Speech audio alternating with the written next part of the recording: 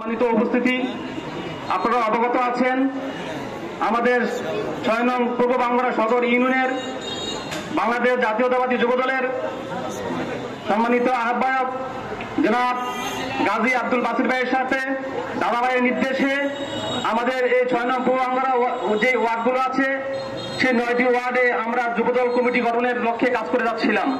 তারই ধারাবাহিকতায় আমরা খামারগ্রাম ৭ নং ওয়ার্ডে কমিটি করতে গিয়েছিলাম। সেই কমিটিতে আমরা খামারগ্রামের অনেক লোক, প্রায় ৪-৫০০ লোক উপস্থিত ছিলাম। সেই কমিটি গঠনের লক্ষ্যে সেখানে বক্তব্য দিতে গিয়ে যে বক্তব্যটা হোসেন ভাই দিয়েছিলেন, সেখানে খামারগ্রামকে কেন্দ্র করে কোনো বলা হয় নাই। উনি একজন মানুষের নাম মেনশন করেছেন। এক্সাম্পল হিসেবে আমি আজকে এখানে বাংলার একটা মঞ্চে বক্তব্য দিচ্ছি, ঠিক না?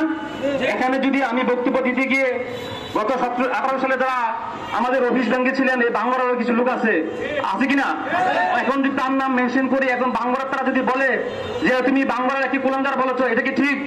ঠিক না। ঠিক তেমনি খামারগ্রামের ঘটনাটা এরকম। আমাদের গ্রামের কিছু লোক, যারা প্রবাসের কিছু লোক, তারা বিভিন্ন মিডিয়া ফেসবুকে এসে একদম তুলফার করে তুলে ফেলেছেন বিষয়টা। আমি আপনাদের কাছে উদাত্ত আহ্বান জানাবো, আমরা ওই দিন যারা ছিলাম, আমরা খামারগ্রামের এগুলা পরিহার করেন। আমরা যে দলের আদর্শের একজন সৈনিক, বাংলাদেশ জাতীয়তা দলের আদর্শের সৈনিক, এই দলের একটা বৈশিষ্ট্য আছে, আমরা সেই বৈশিষ্ট্যকে ধারাবাহিকতা রেখে রাজনীতি করে যাচ্ছি। আমাদের বৈশিষ্ট্যটাকে আমরা অন্য হাতে প্রভাবিত করবেন না। আমরা ভদ্র